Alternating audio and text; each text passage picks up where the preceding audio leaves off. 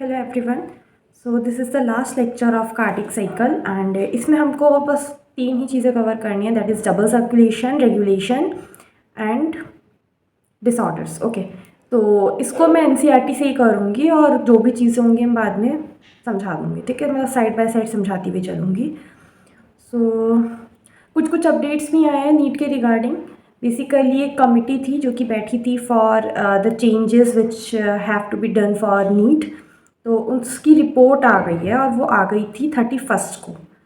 So because of Diwali I was not able to record that video, but आज मैं वो video post कर दूँगी। एंड मुझे पता है वैसे मोस्टली लोगों ने देख लिया होगा नीट के चेंजेस, बट स्टिल तो उसमें जो जो भी चेंजेस होने वाले हैं मैं वो बता दूँगी।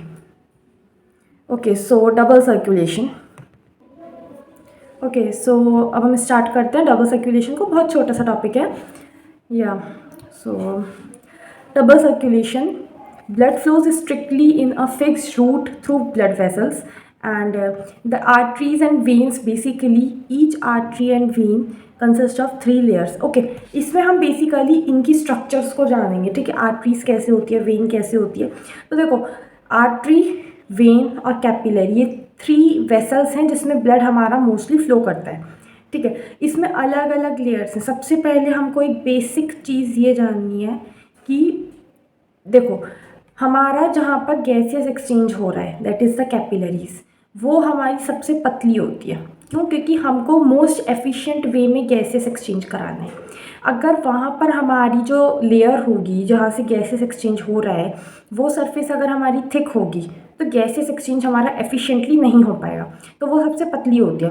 तो सबसे पतली हमारी कैपिलरीज होती हैं, फिर veins and then arteries. Arteries सबसे मोटी होती हैं।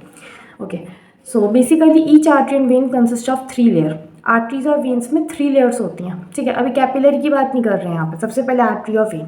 तो अगर मैं अंदर से बाहर की तरफ चलूँ, यानी कि यहाँ मैं लिख देती हूँ, ओके वेट, समथिंग हैपेंड या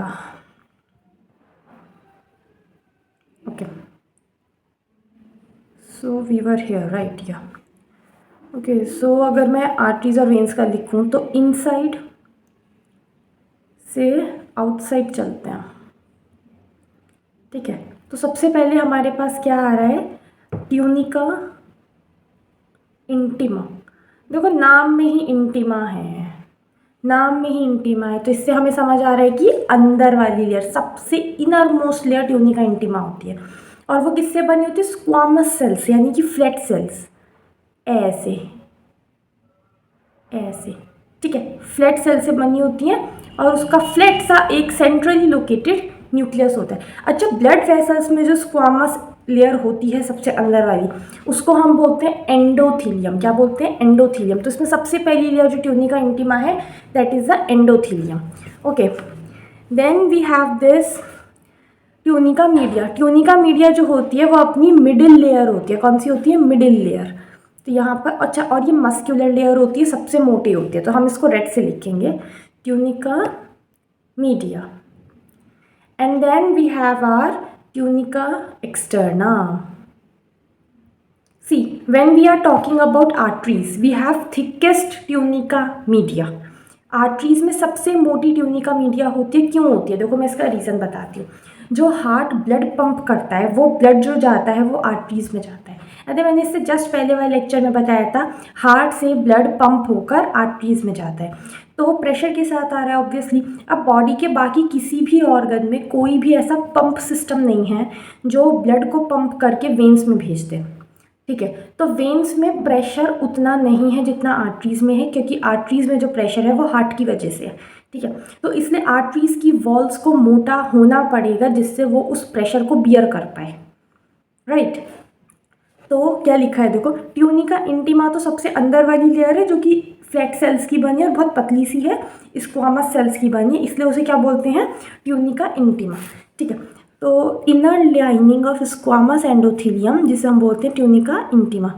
middle layer of smooth muscles and elastic fibre जिसे हम बोलते हैं tunica media. And an external layer of fibrous connective tissue with collagen fibre जिसे हम बोलते हैं ट्यूनिका एक्सटर्ना। देखो मीडिया, ट्यूनिका मीडिया में क्या है, स्मूथ मसल्स हैं और इलास्टिक फाइबर हैं जो कि उस आर्टरी को या वेन को इलास्टिसिटी देते हैं। ठीक है, मसल्स जो होती हैं वो उसको कॉन्ट्रैक्ट और रिलैक्स करने की एबिलिटी प्रोवाइड करती है। एक्सटर्नल वाली कोलाजन फाइबर की बनी है, उसमें इतना कुछ इलास्टिक वगैरह नहीं है। ठीक है, अब देखो देखो इसमें एक लाइन ही लिखी है, देखो बहुत इंपॉर्टेंट है। वेन्स और आर्टरीज में तुम लोगों को ना डिफ्रेंशिएटिंग फीचर्स पता होने चाहिए। तो सबसे पहले ये है कि tunica media is comparatively thin in veins. Veins में ट्यूनिका मीडिया थिन होती है as compare to arteries. Then as mentioned earlier, ये बहुत इंपॉर्टेंट पॉइंट है, as mentioned earlier the blood pumped by the right ventricles enter the pulmonary artery whereas the left ventricle pumps blood directly into the aorta। ठीक है, right ventricle जो है वो blood pump करके कहाँ भेज देता है, पल्मोनरी आर्टरी में, वहाँ से ब्लड कहाँ जाता है, लंग्स के पास प्योरीफाई होने। जो हमारा लेफ्ट वेंट्रिकल है वो ब्लड पंप करके कहाँ भेज देता है, एओर्टा में, वहाँ से जाता है पूरी बॉडी में। The deoxygenated blood pumped into the pulmonary artery is passed on to the lungs from where the oxygenated blood is carried by the pulmonary veins into the left atrium। ठीक है, अब बेसिकली क्या हो रहा है, जो pulmonary artery है वो ब्लड लेकर जा रही है लंग्स में, और लंग से फिर ऑक्सीजनेटेड ब्लड वापस आ रहा है लेफ्ट एट्रियम में बाय पल्मोनरी वेन। ये मैंने पूरा का पूरा समझा दिया था लास्ट लेक्चर में, जहाँ मैंने ब्लड फ्लो बताया था, पूरा उसका रूट ट्रैक किया था। ठीक है, this pathway constitutes the pulmonary circulation the. अच्छा हाँ, देखो हार्ट से लंग्स में गया ब्लड, लंग्स से वापस से हार्ट में आया, this is the pulmonary circulation, ये भी बताया था मैंने। ठीक है, oxygenated blood entering the aorta is carried bye a network of arteries, arterioles and capillaries to the tissues from where the deoxygenated blood is carried by a system of venules। सी क्या हो रहा है कि जो डीऑक्सीजनेटेड ब्लड, जो oxygenated blood है वो फिर लेफ्ट वेंट्रिकल में जाएगा, और उसके बाद वो एओर्टा से, मतलब जब ब्लड पंप हो जाएगा हार्ट के थ्रू, वो एओर्टा से चला जाएगा बॉडी में। एओर्टा के बाद वो छोटी छोटी आर्टरी, आर्टेरियोल्स है ना, इन सब चीज़ों से कैरी होगा। और यहाँ पर जो डीऑक्सीजनेटेड ब्लड लिखा है वो कहाँ आएगा, वो टिश्यूज से जब वापस से हार्ट की तरफ ब्लड जाएगा तब कैसे जाएगा, वेन्स, वेन्यूल्स, कैपिलरीज। ठीक है, देखो सबसे छोटी कैपिलरी होती है, चीज़ें ऐसी हो रही हैं। बेसिकली मैंने यहाँ पर एक डायग्राम बनाया था, let me show you the diagram. Okay, या यहाँ पर ना मैंने, okay not this one, okay maybe I have deleted, fine. तो बेसिकली एक डायग्राम है, उसमें क्या होता है कि ये हमारी जैसे एक आर्टरी है। ठीक है, आर्टरी से ये देखो छोटे छोटे छोटे छोटे आर्टेरियोल्स बने। ठीक है, ठीक है, उसके बाद ये हमारी वेन है। I hope you all can see, this is our when.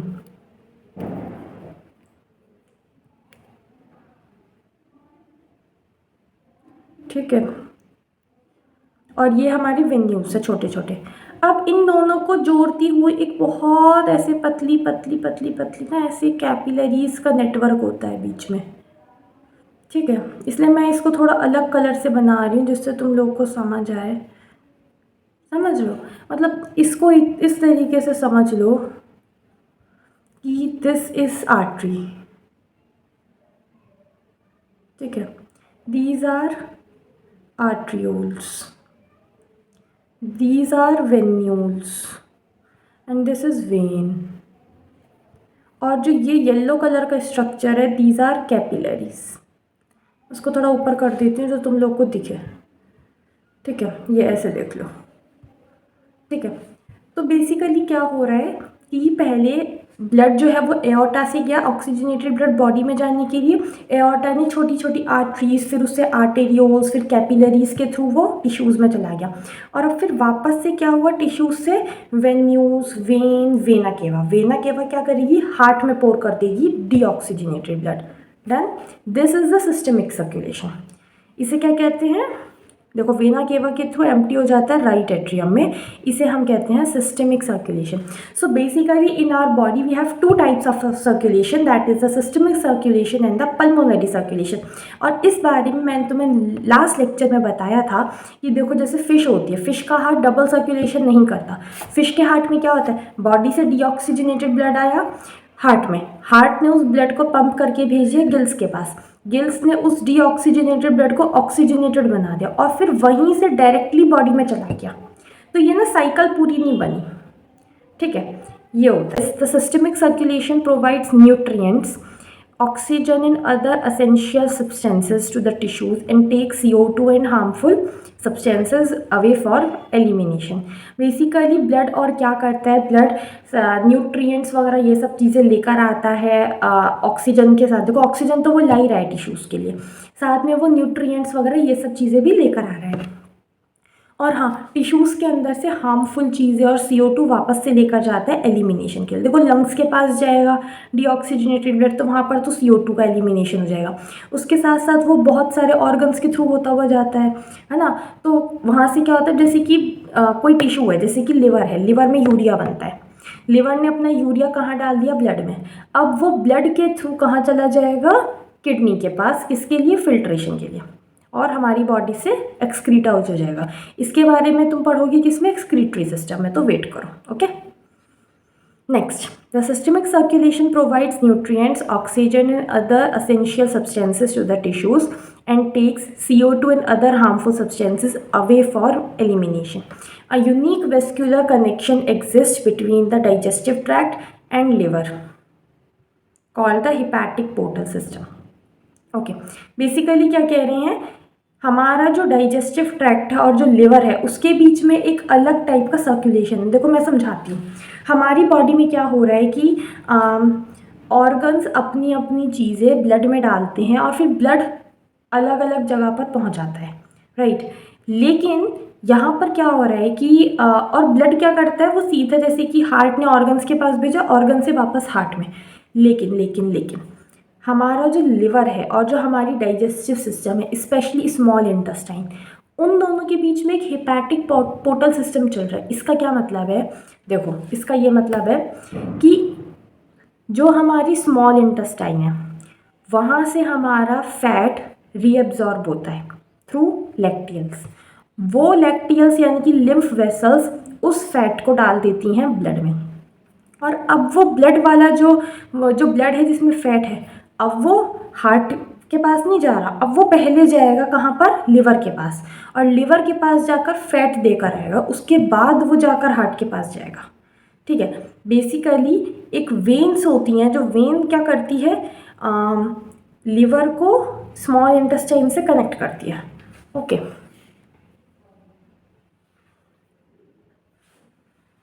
Okay, तो जैसा कि मैंने अभी कहा कि हिपैटिक पोर्टल सिस्टम में क्या हो रहा है, देखो कोई भी ऑर्गन्स क्या करते हैं, अपने जैसे ब्लड है तो वो वापस से लेकर जाएगा कहाँ पर, हार्ट के पास। यानी कि ऑर्गन है, ऑर्गन ने अपना वेस्ट डाल दिया या अपना CO2 डाल दिया, और अब वो ब्लड जा रहा है कहाँ पर, हार्ट के पास। लेकिन जो हिपैटिक पोर्टल सिस्टम है वो बेसिकली वेन्स का एक नेटवर्क है जो कि इंटेस्टाइन से, स्प्लीन से, इन सब जगहों से ब्लड कलेक्ट करके लिवर के पास देकर आ रहा है इंस्टेड ऑफ हार्ट। समझ रहे हो, यानी कि लिवर एक तरीके का बाईपास है। अब जैसे कि ये हमारी इंटेस्टाइन है, ठीक है, यहाँ, और ये हमारा लिवर है और ये हमारा हार्ट है। तो बेसिकली क्या हो रहा है कि यहाँ से एक पोर्टल वेन का पूरा सिस्टम निकल रहा है, और वेन्स का सिस्टम है जो कि यहाँ से ब्लड लाकर पहले इधर देकर आ रहा है, समझ रहे हो, फिर लिवर से ब्लड हार्ट में जा रहा है। तो बीच में एक बाईपास आ गया। वो क्यों आया ऐसा, क्योंकि लिवर को बहुत सारे फंक्शंस करने पड़ते हैं, जैसे कि फ़ैट का एब्जॉर्प्शन, जैसे कि मतलब वो जो फैट्स को प्रोसेस वगैरह करते हैं, वो तुम आगे पढ़ोगे। बेसिकली अभी तो शायद इतना नहीं पढ़ोगे। देखो डाइजेशन में तुम पढ़ सकते थे, पर डाइजेशन तुम्हारे सिलेबस से हट गया, तो अब कॉलेज जाकर ही पढ़ पाओगे तुम, ठीक है। तो बेसिकली हो क्या रहा है कि जो लिवर है उसको बहुत सारे फंक्शंस करने होते हैं, जिसके लिए जो इंटेस्टाइन है मेनली डाइजेस्टिव सिस्टम में, और हमारा जो स्प्लीन है वहाँ से हिपैटिक पोर्टल सिस्टम जो होता है वो बनता है। बेसिकली वेन्स का नेटवर्क जो कि पहले ब्लड लिवर को देकर आ रही है एज़ कम्पेयर टू हार्ट, यानी कि हार्ट के पास बाद में ब्लड जा रहा है। डाइजेस्टिव सिस्टम और लिवर का पहले ब्लड कहाँ जा रहा है, लिवर के पास, और लिवर उसको प्रोसेस कर रहा है, उसके बाद वो ब्लड हार्ट में भेज रहा है। हार्ट में कौन कौन सा ब्लड जाएगा, हिपैटिक वेन के थ्रू जाएगा, ठीक है। हिपैटिक वेन में क्या है, इंटेस्टाइन वाला ब्लड भी है, स्प्लीन वाला भी है, लिवर वाला भी है, ठीक है, क्योंकि वो एक लेकर जा रही है फिर लिवर से ब्लड। मतलब वो लिवर से ब्लड, जो डीऑक्सीजनेटेड ब्लड है वो जाकर वो मेन वेन में डाल देती है, लेकिन जो इंटेस्टाइन और स्प्लीन है वहाँ से डायरेक्टली ब्लड नहीं जाता हार्ट के पास। ठीक है, ये है बेसिकली इस पूरे लाइन का मतलब। Next, the hepatic portal vein carries, लो लिखा है आगे, the hepatic portal vein carries blood from intestine to the liver before it is delivered to the systemic circulation. ठीक है, तो जो हिपैटिक पोर्टल वेन है वो ब्लड कैरी करती है इंटेस्टाइन से लिवर के पास। ठीक है, इससे पहले कि वो सिस्टमिक सर्कुलेशन में वापस से पोर कर दिया जाए, यानी कि वो हार्ट में वापस से देने के लिए चला जाए, इससे पहले ही वो क्या करती है, ब्लड पोर करके लिवर को भेज देती है basically. A special coronary system of blood vessel is present in our body exclusively for circulation of blood and to and from the cardiac musculature. Basically क्या हो रहा है कि हमारी एक ब्लड वेसल्स का पूरा नेटवर्क होता है जिसे हम कहते हैं कोरोनरी सिस्टम। ये क्या करती हैं, कार्डियक मस्कुलेचर को ब्लड प्रोवाइड कराती है। भाई हार्ट को भी तो ब्लड की ज़रूरत है, माना वो ब्लड पंप करता है पूरी बॉडी के लिए, पर क्या हार्ट को ब्लड की ज़रूरत नहीं है? उसको भी है, उसके भी टिश्यूज़ हैं जिसको ब्लड की ज़रूरत है, न्यूट्रिएंट्स की ज़रूरत है। तो सिर्फ हार्ट को ब्लड सप्लाई करने के लिए एक अलग नेटवर्क है जिसको हम बोलते हैं कोरोनरी सिस्टम। ओके, तो ये हमारे पास एक पिक्चर है जिसको हमें बहुत अच्छे से समझना है, ऑल्दो समझ आ ही चुकी होगी अभी तक। डबल सर्कुलेशन में बहुत पहले एक वीडियो में करा चुकी हूँ, लाइक थोड़ा बहुत बता दिया था। अब देखो, ये हमारे पास यहाँ पर लंग्स हैं, ये हमारे पास हमारा हार्ट है, ठीक है, और ये हमारे पास टिश्यू है कोई भी। तो अब क्या हो रहा है हमारे पास कि हार्ट के राइट एट्रियम में बॉडी से वेना केवा के थ्रू डीऑक्सीजनेटेड ब्लड आकर फिल हो गया। ठीक है, ये देखो यहाँ पर आ गया। इसने क्या करा, राइट वेंट्रिकल में भेज दिया। अब ये राइट वेंट्रिकल क्या करेगा, उस ब्लड को पंप करके पल्मोनरी आर्टरी के थ्रू कहाँ भेज देगा, लंग्स में।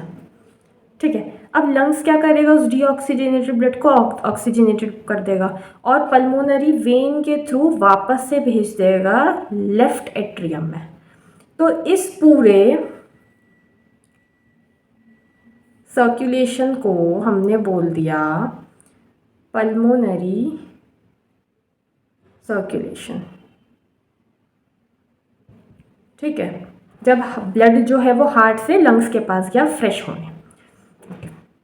अब क्या हो रहा है कि अब ये हार्ट जो है वो लेफ़्ट वेंट्रिकल की हेल्प से, मतलब लेफ़्ट एट्रियम में तो पल्मोनरी वेन छोड़ कर गया है अभी है ना ऑक्सीजनेटेड ब्लड को। अब लेफ़्ट एट्रियम लेफ़्ट वेंट्रिकल को भेजेगा और लेफ़्ट वेंट्रिकल से डॉर्सल एओर्टा के थ्रू जो ब्लड है वो पूरा का पूरा चला जाए, मतलब एओर्टा के थ्रू, वेंट्रल भी होता है डॉर्सल भी होता है, तो पूरी बॉडी में चला जाएगा। अब देखो 3 यहाँ पे पिक्चर्स और बनाए गए हैं नीचे। अच्छा, इस पूरे को हम कहते हैं सिस्टमिक सर्कुलेशन।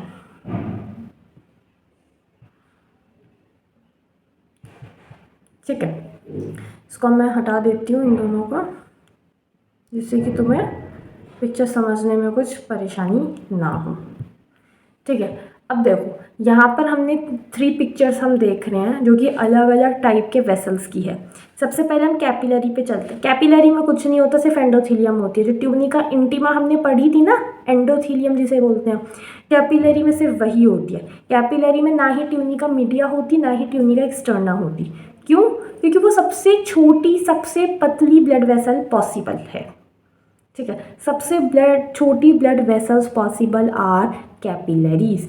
और फाइनली कैपिलरीज के थ्रू जाकर ही आगे वो होता है गैसियस एक्सचेंज होता है। कि गैसियस एक्सचेंज के लिए we have a surface which is very very very thin, जिससे आराम से गैसियस मॉलिक्यूल पास हो सकें। ठीक है, तो इसमें तो सिर्फ क्या है, फ्लैट सेल्स है, ट्यूनिका इंटीमा। फिर ये हमारे पास आर्टरी है। देखो अब ध्यान से देखना,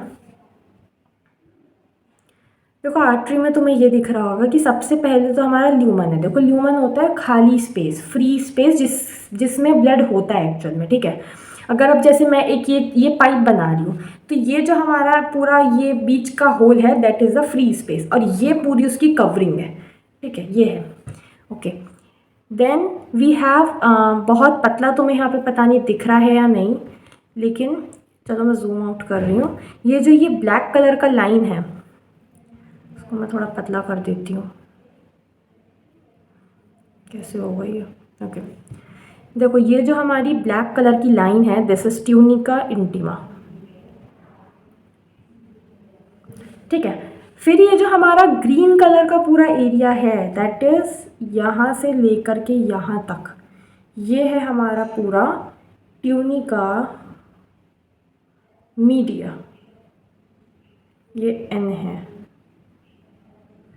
ठीक है, और ये फिर जो हम येलो कलर का देख रहे हैं, दिस इज ट्यूनिका एक्सटर्ना। ठीक है, तो ट्यूनिका इंटीमा हमारा सबसे छोटा पार्ट होता है, सबसे पतला लेयर होता है, सॉरी। तो ये जो ब्लैक कलर का है, ये वाला, ये है हमारा ट्यूनिका इंटीमा। ठीक है, नेक्स्ट हम चलते हैं अपनी वेन पर। देखो भाई, वेन को देखो, वेन में भी देखो ट्यूनिका इंटीमा तो वही रहेगी, क्योंकि ट्यूनिका इंटीमा से ही हमें पता लग रहा है, नाम से ही पता लग रहा है, सबसे अंदर वाली layer, single layer, flat cell, squamous cell, जिसको हम एंडोथेलियम भी बोलते हैं। तो ये जो हमारी ब्लैक लेयर है, ये हमारी यहाँ पे वापस से क्या है, ट्यूनिका इंटीमा। ठीक है, फिर ये देखो, ये है हमारी ट्यूनिका मीडिया। ठीक है, और ये जो हमारा येलो कलर से है, this is are tunica externa. ठीक है, तो अब तुम लोग खुद ही डिफरेंस देख लो कि हमारी आर्टरी में कितना मोटा स्मूथ मसल का, यानी कि ट्यूनिका मीडिया का लेयर है, और हमारी वेन में कितना पतला है। तो बस एक यही एक one of the differentiating feature है। नेक्स्ट हम चलते हैं रेगुलेशन ऑफ कार्डियक एक्टिविटी पर। ठीक है, normal activities of the heart are regulated intrinsically, that is auto regulated by specialized muscles, जिन्हें हम नोडल टिश्यू बोलते हैं। देखो हमारी जो नॉर्मल एक्टिविटीज़ है हार्ट की, जैसे कॉन्ट्रैक्ट करना है, रिलैक्स करना है, कब क्या करना है, वॉल्व बंद करना है, खोलने हैं, ये जो कुछ भी है, ये हमारी नॉर्मल एक्टिविटीज़ इंट्रिंसिकली रेगुलेट है, यानी कि इंट्रिंसिकली यानी by that particular organ only. ठीक है, ऑटो रेगुलेशन जिसे हम कहते हैं।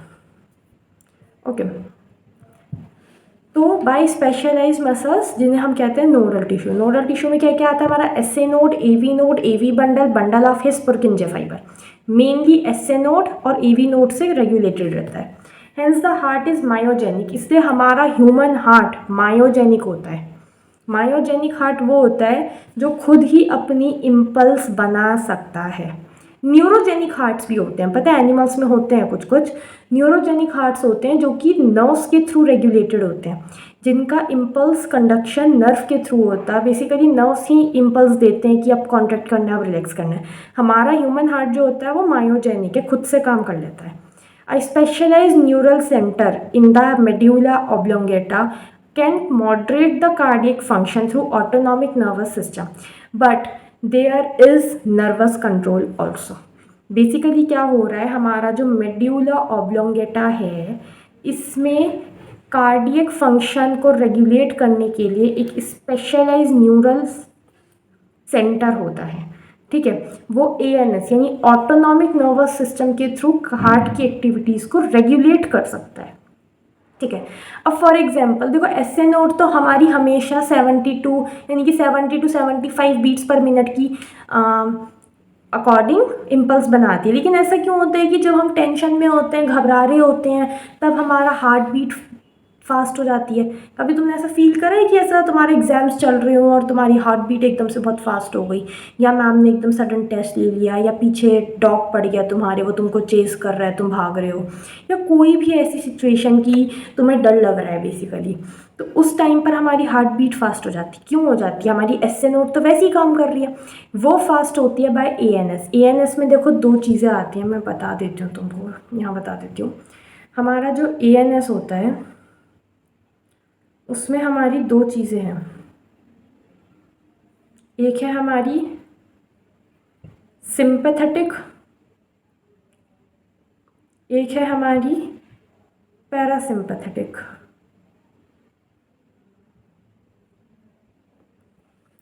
ठीक है। तो जो हमारा सिंपैथेटिक है उसका काम होता है हार्ट बीट बढ़ाना, रेस्पिरेटरी रेट बढ़ाना, ठीक है। बॉडी में बेसिकली जो सिंपैथेटिक नर्वस सिस्टम है वो एड्रेनलिन, नॉर एड्रेनलिन, ठीक है, ये सब हार्मोन सिक्रीट कराता है।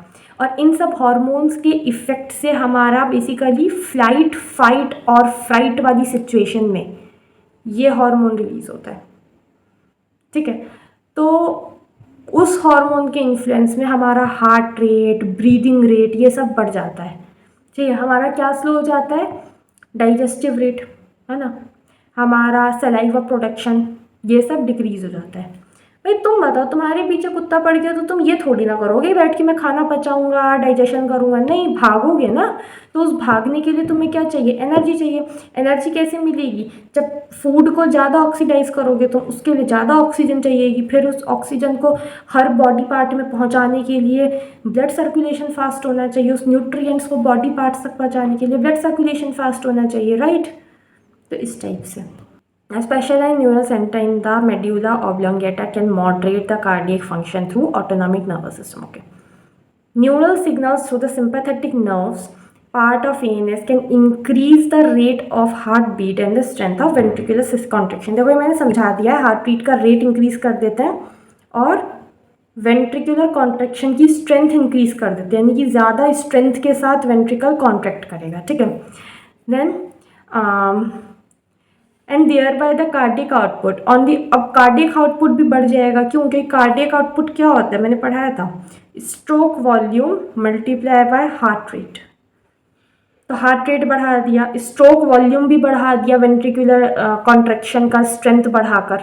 स्ट्रोक वॉल्यूम क्या होती है कि एक कॉन्ट्रैक्शन में वेंट्रिकल से कितना ब्लड बाहर जा रहा है, तो वो स्ट्रेंथ बढ़ा दी तो ज़्यादा ब्लड बाहर जाएगा, ठीक है, 70 ml से बढ़ जाएगा। तो 70 ml होता है ना नॉर्मल, तो उससे ज़्यादा हो जाएगा। हार्ट रेट भी बढ़ा दिया तो कार्डियक आउटपुट भी बढ़ ही जाएगा, देयर बाय, ठीक है। On the another hand parasympathetic neural signals, another component of ANS, ऊपर पढ़ाया था अभी मैंने, डिक्रीज दी हार्ट रेट कम कर देता है, speed of conduction of action potential भी कम कर देगा और कार्डियक आउटपुट भी फिर कम हो जाएगा। Adrenal medullary hormones can also increase the cardiac output. देखो ये जो दोनों हॉर्मोन्स हैं, एड्रेनलिन, नॉर एड्रेनलिन, ये सब कॉर्टेक्स, एड्रेनल कॉर्टेक्स के हार्मोन हैं। मेड्यूला के हार्मोन्स कौन कौन से हैं, अपने ग्लूकोकॉर्टिकॉइड्स, ठीक है, एल्डोस्टेरॉन, ये सब चीज़ें ये भी इंक्रीज कर देते हैं। वो इतना इंपॉर्टेंट नहीं है, तुम डिसऑर्डर्स पर आओ। Disorders of cardiac of circulatory system last topic है, चैप्टर खत्म। उसके बाद हाई ब्लड प्रेशर, सबसे पहले हमारा आता है हाइपरटेंशन, जो कि आजकल के टाइम पर बहुत कॉमन है, लिटरली इतने लोगों को रहता है।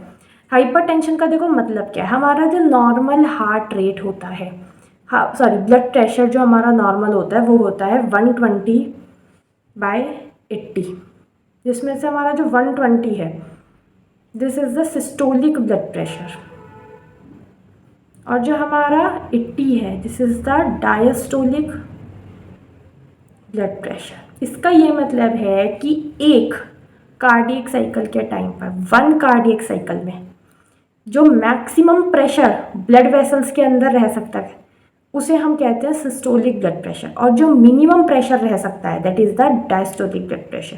अब देखो ब्लड प्रेशर क्या होता है, पहले ये समझो।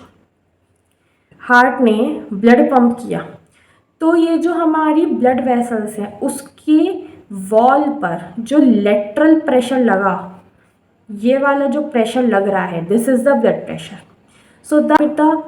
सो बेसिकली क्या है blood pressure, it is the lateral pressure exerted by the blood on the walls of blood vessels या capillaries is known as the blood pressure in one cardiac cycle, ठीक है। तो ये नॉर्मल रेंज होती है 120 to 80। Basically range जो होती है वो काफ़ी बड़ी होती है, बेसिक तुम ऐसे मान लो 100 to 130 तो अपर रेंज, और लोअर रेंज कितनी है, डायस्टोल की कितनी है,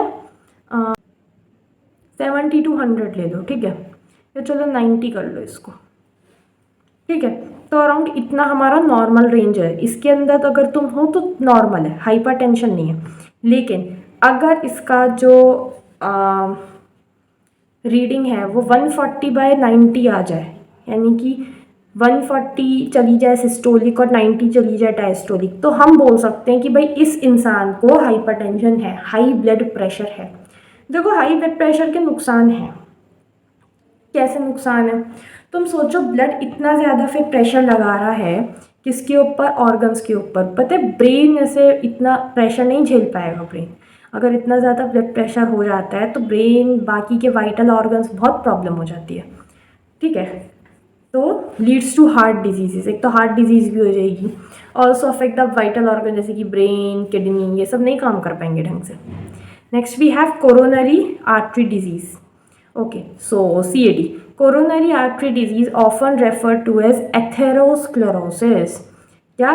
Atherosclerosis affects the vessels that supply blood to the heart muscle. देखो अभी हमने एक दो पैराग्राफ पहले ही पढ़ा है कि कोरोनरी सिस्टम नाम का एक ब्लड वेसल्स का सिस्टम होता है जो कि हार्ट की ही मसल्स को ब्लड सप्लाई करता है। ठीक है, तो अगर इसमें कुछ प्रॉब्लम हो जाए, कैसी प्रॉब्लम? डिपोजिशन हो जाए। देखो अब जैसे कि ये हमारी कोई ब्लड वेसल है, अगर इसके वॉल्स पर calcium, fat, cholesterol, fibrous tissue ये सब डिपॉजिट हो जाए तो क्या होगा?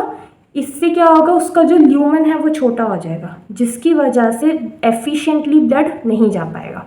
ओके, तो this is atherosclerosis, arteries narrow हो जाएंगी। Next we have angina. Angina का मतलब क्या होता है? देखो इसको एंजाइना पेक्टोरिस बोलते हैं। ये एक्यूट चेस्ट पेन, यानी कि जो मतलब कुछ ही देर के लिए रहता है चेस्ट पेन, लेकिन वो होता है। ये क्यों होता है? Oxygen, no enough oxygen is reaching the heart muscle. जब हार्ट की मसल्स को इनफ ऑक्सीजन नहीं मिल रही है तब हमें क्या होता है? Angina pectoris. Angina can occur in men and women of any age, but is more common among the middle-aged and elderly. It occurs due to conditions that affect the blood flow. ये mostly women को होता है, men में भी होता है। More commonly किस में होता है? मिडिल एज या फिर एल्डर लोगों में, जो थोड़े ओल्ड पीपल हैं। ठीक है, then last we have heart failure. Heart failure means the state of heart when it is not pumping blood effectively enough to meet the needs of the body. Heart failure obviously बात है, इसको ये याद कर लो, heart fail हो गया अपनी duties करने में। ठीक है, तो हार्ट फेलियर हो गया। तो हार्ट फेलियर यानी कि हार्ट इफेक्टिवली ब्लड पंप नहीं कर पा रहा है बॉडी में। It is not effectively blood pump to, ठीक है, बॉडी की नीड्स को पूरी नहीं कर पा रहा है। It is sometimes called congestive heart failure because congestion of the lungs is one of the main symptoms of this disease. ठीक है, then heart failure is not same as cardiac arrest. देखो कार्डियक अरेस्ट तो हो जाता है कि heart रुक ही गया, बिल्कुल बीट ही नहीं कर रहा। ठीक है, हार्ट फेलियर में वैसा नहीं होता। हार्ट फेलियर में हार्ट बीट कर रहा है लेकिन उतना इफेक्टिवली नहीं कर रहा है। मोस्टली प्रॉब्लम तो लंग्स की वजह से होती है। इसमें लंग्स में कंजेशन हो जाता है, इस वजह से हार्ट ढंग से बॉडी की रिक्वायरमेंट्स पूरी नहीं कर पा रहा होता है। ठीक है, लेकिन कार्डियक अरेस्ट अलग है। देखो इसमें इन्होंने एक अलग टॉपिक नहीं बनाया लेकिन बता दिया कार्डियक अरेस्ट को भी। कार्डियक अरेस्ट क्या है? Complete stoppage of heart. ठीक है, हार्ट बिल्कुल ही रुक गया।